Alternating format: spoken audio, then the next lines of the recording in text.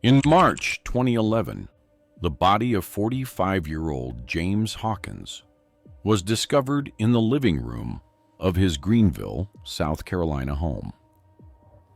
An investigation uncovered the shocking details of his double life, including an affair with a younger woman and a secret child. In February 2011, a series of events began that would ultimately lead to betrayal, murder, and scandal. On the quiet morning of March 6, 2011, the tranquility of Greenville was shattered by a desperate 911 call. Clara Hawkins, a 41-year-old woman known for her poised and caring demeanor, frantically reported that her husband, James Hawkins, had collapsed in their modest two-story home. Paramedics arrived within minutes to find James unresponsive in the living room, his lips tinted a haunting shade of blue. Clara, seated nearby, appeared distraught, clutching a throw blanket as if to shield herself from the chilling reality unfolding before her. The scene puzzled the first responders. There were no signs of trauma or immediate cause for alarm, but something felt off. James was pronounced dead at the scene, and his body was taken for further examination. The coroner's findings would soon unravel the mystery. James had been poisoned. Traces of cyanide, a deadly substance rarely encountered in small-town Greenville, were discovered in his system. The Hawkins home, once a picture of suburban stability, became the focus of a murder investigation that would expose secrets far darker than anyone could have imagined. James and Clara Hawkins had lived in Greenville for over a decade, a couple admired for their seemingly picture-perfect marriage. James, 45, was a charismatic insurance salesman whose outgoing personality and sharp suits made him a favorite among clients. Clara, 41, had once been a skilled nurse, but left her career behind to support James's demanding schedule and build a home they could both be proud of. Their story began in the late 1990s, when they met at a charity event in Houston, Texas. James was already making waves in his field, charming everyone in the room with his confidence and wit. Clara, younger and shy, had been drawn to his energy and drive. He often spoke of his dreams of building a life filled with success and comfort, a vision that resonated with Clara, who had always craved stability after growing up in a chaotic household. By 2000, James and Clara were married, settling into a modest home in Greenville. While their life together was not extravagant, it was comfortable. James's job provided well enough for the couple to enjoy small luxuries, a new car, occasional vacations, and expensive dinners at upscale restaurants. Clara, ever practical, took joy in these moments, believing they were signs of a growing and secure future. But beneath the surface, cracks began to form. By the 2005, Clara had noticed a change in James. His work trips grew longer and his hours more unpredictable. At first, she attributed it to his ambition, the same drive that had captivated her years earlier. She didn't question the late-night calls, the unopened credit card statements, or the subtle shifts in his demeanor. James had a way of making her doubts seem irrational, brushing off her concerns with a quick laugh or a reassuring touch. It wasn't until 2009, a few months before their 10th wedding anniversary, that Clara began to sense something was seriously wrong. Their attempts to start a family had failed, leaving her feeling inadequate and isolated. She had quietly carried the pain of infertility, attending baby showers, and offering polite congratulations to friends, while yearning for the child she and James had long hoped for. James, on the other hand, seemed detached, focusing instead on his career and social circles.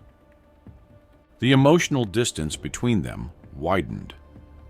Clara started noticing the smallest inconsistencies: receipts for dinners she hadn't attended, faint traces of perfume on his shirts, and unexplained withdrawals from their joint account. She convinced herself it was nothing, that James was simply stressed or overworked. But the evidence became impossible to ignore when she stumbled upon a receipt tucked into the pocket of James's blazer one quiet evening in January 2011. It was for a diamond bracelet from an upscale jeweler in Houston. The date, December 22nd, 2010, stung like a slap. Clara's mind raced as she tried to recall what she had received for Christmas: an expensive, albeit impersonal, coffee maker. The receipt wasn't for her. Clara didn't confront James immediately. Instead, she spent weeks collecting her thoughts, replaying every suspicious moment in her mind. She remembered how James had started spending more time in Houston, under the guise of business meetings. She thought about the evenings he'd come home late, his excuses vague, and his affection absent. By February 2011, Clara could no longer suppress her suspicions. She hired a private investigator, a decision that filled her with both dread and determination. What followed was a revelation that shattered her world. The investigator discovered that James was not only having an affair, but had also fathered a child with a younger woman named Samantha Blake, who lived just an hour away. The affair had been going on for years, a secret life meticulously hidden from Clara. Samantha, in her late 20s, was everything Clara was not: young, carefree, and unburdened by the responsibilities of maintaining a household or a decades-long marriage. James had lavished Samantha with gifts, vacations, and promises of a future together. To Clara, the betrayal was a devastating blow, but it was the discovery of their child, a 5-year-old boy, with James's unmistakable features, that left her reeling. Clara's pain turned to fury when she uncovered even more. James had been secretly planning to divorce her, a move that would leave her with almost nothing. Emails retrieved from his laptop detailed conversations with his lawyer about revising their prenuptial agreement, ensuring that Clara would be financially cut off. She realized the man she had loved and sacrificed for was willing to discard her as though she were nothing more than an obstacle. The knowledge consumed her, but Clara kept her findings hidden. On the surface, she played the role of a supportive wife, all while grappling with the unbearable truth. Every interaction with James became a test of her composure. She watched him laugh, work, and carry on with his double life, her stomach churning with anger and betrayal. By March 1st, 2011, Clara had reached her breaking point. The image of Samantha's child haunted her, a stark reminder of what she would never have with James. Her heartbreak turned to resolve, and she began to consider what no one in Greenville would ever have expected of her. What would happen next would shock the town and unravel a series of events that would make the Hawkins family infamous. By the early February 2011, Clara's life had already begun to unravel, but nothing could prepare her for the depth of James's betrayal. The receipt for the diamond bracelet had set her suspicions ablaze, and the quiet but methodical work of the private investigator confirmed what her heart feared most. James, The man she had loved and supported for over a decade was leading a double life. The investigator provided detailed findings. James had been in a long-term relationship with a younger woman named Samantha Blake. Samantha was a striking woman in her late 20s with long dark hair and an air of carefree confidence that seemed to embody everything Clara no longer felt about herself. She lived in a charming but modest home in the neighboring town of Brookville, just an hour's drive from Greenville. The home had been purchased by James, a detail Clara discovered through the investigators' meticulous digging. The revelation that James had a mistress was devastating enough, but the news that they shared a child, a 5-year-old boy named Evan, was the final blow. The child's age was a painful reminder of how long James's lies had persisted. Clara recalled how she had once spent endless nights crying over her inability to conceive, blaming herself for their empty nursery. Meanwhile, James had been building a secret family elsewhere. The investigator provided pictures of James playing with Evan at a park, holding the boy's hand as they walked together. Clara stared at the photos for hours, her emotions swinging between anguish and fury. She saw the joy on James's face, a kind of happiness he no longer showed at home. It was as if he had been living two lives, one with her, filled with growing resentment and coldness, and another with Samantha, where he appeared to be the man Clara had fallen in love with years ago. But the discoveries didn't end there.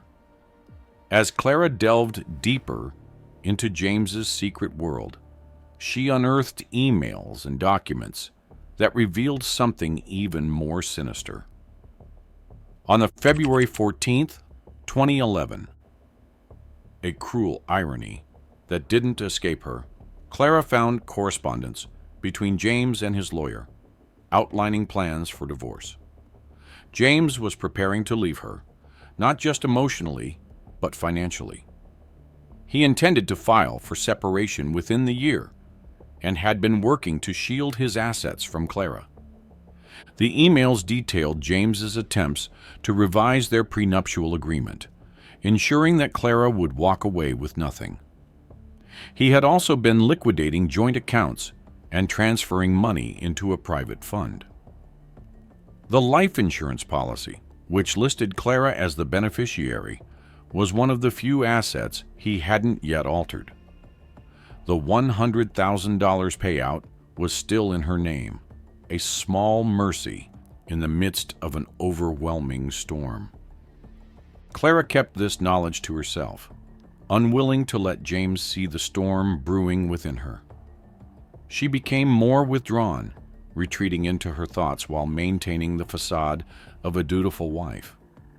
She continued to cook his meals, fold his laundry, and even laugh at his tired jokes, all while plotting her next move. By late February 2011, Clara's pain had curdled into cold resolve. She had spent years sacrificing her dreams, enduring heartbreak, and building a life she believed was shared equally. Now, stripped of her illusions, she decided she would not let James ruin her completely. She began to research poisons and unsettling interests she kept hidden behind the guise of ordinary household tasks. Clara's background as a nurse gave her a rudimentary understanding of toxic substances, but cyanide stood out as the most effective option. It was swift, deadly, and difficult to detect without a specific test. Under the guise of pest control for their garden, she ordered a small amount from an online supplier. The package arrived on the February 25th, 2011, unremarkable in its brown wrapping, but to Clara, it represented the beginning of her plan. Over the next week, Clara tested her method carefully. She began lacing small doses of cyanide into James's evening bourbon. The doses were non-lethal, but enough to cause mild symptoms that James dismissed as indigestion or fatigue. Each night, as he sipped his drink and read his emails or watched television, Clara watched him closely, her face expressionless, but her mind racing. On the night of March 5th, 2011, Clara executed the final step of her plan. She prepared James's drink as usual, adding a dose of cyanide large enough to ensure it would be his last. She handed him the glass with steady hands, her voice calm as they exchanged brief, mundane pleasantries.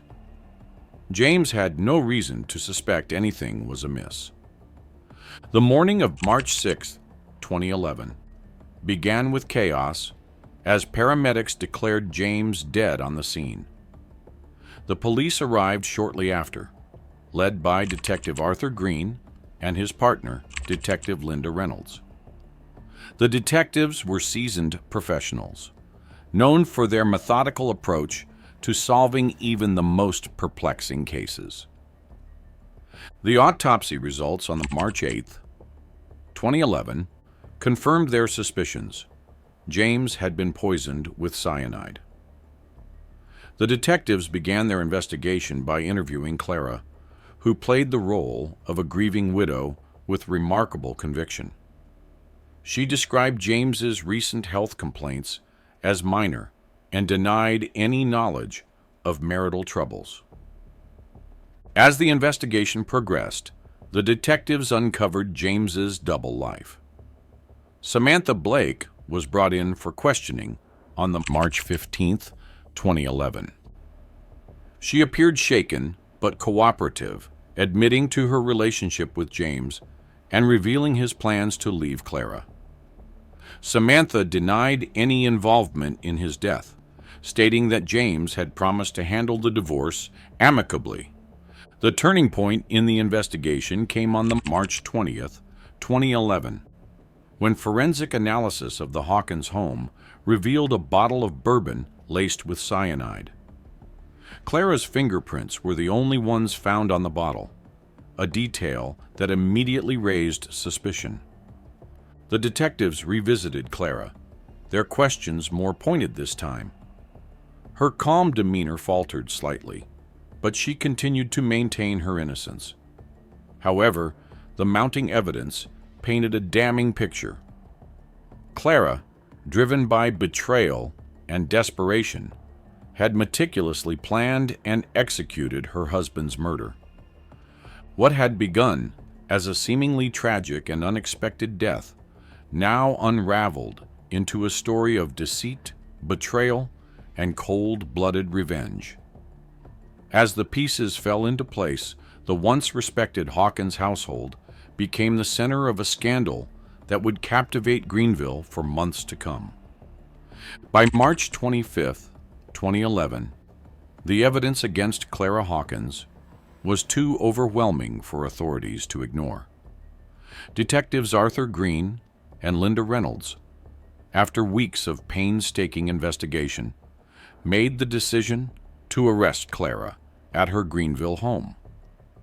That morning was marked by a heavy, somber silence. Clara, still dressed in her housecoat, opened the door to find the detectives standing there, with grave expressions.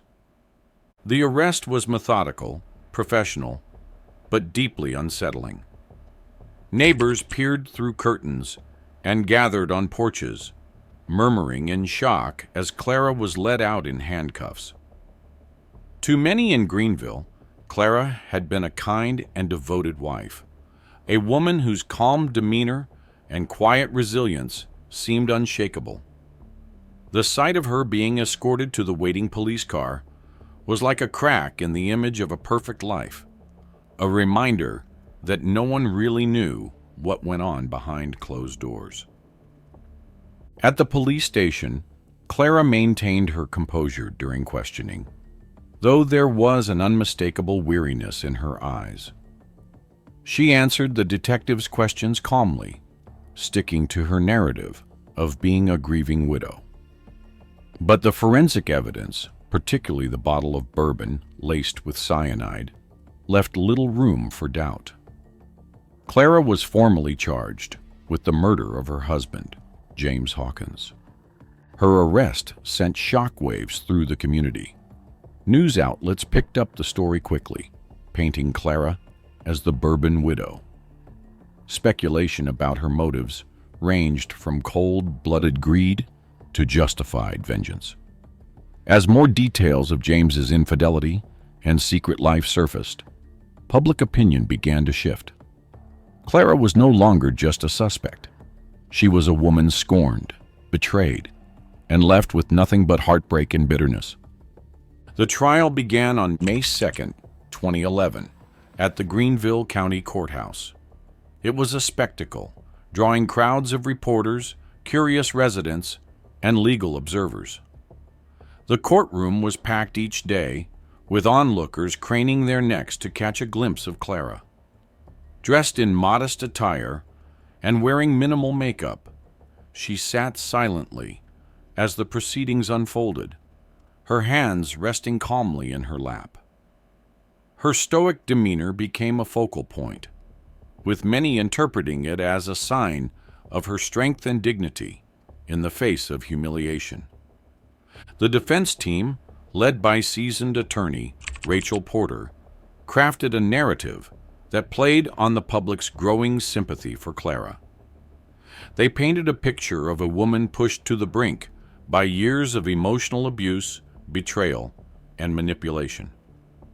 Evidence of James's double life, his long-term affair with Samantha Blake, and the child he had fathered, was laid bare for the jury to see.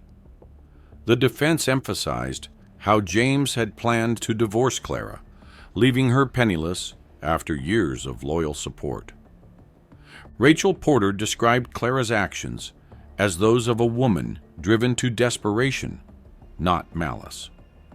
She argued that Clara had spent years sacrificing her own happiness for James, only to discover that he had been building a separate life filled with the things she had always wanted: love, a child, and financial security.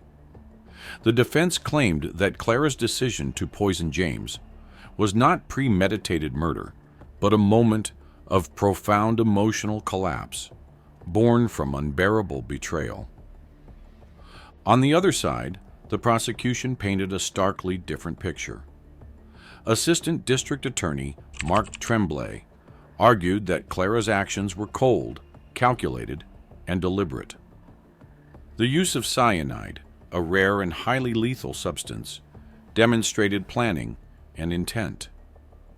Tremblay pointed to the weeks Clara spent researching poisons and the methodical way she had administered the fatal dose. He described her as a woman who, rather than walking away, chose to take her husband's life to ensure she would remain financially secure. The trial's most emotionally charged moments came when witnesses took the stand.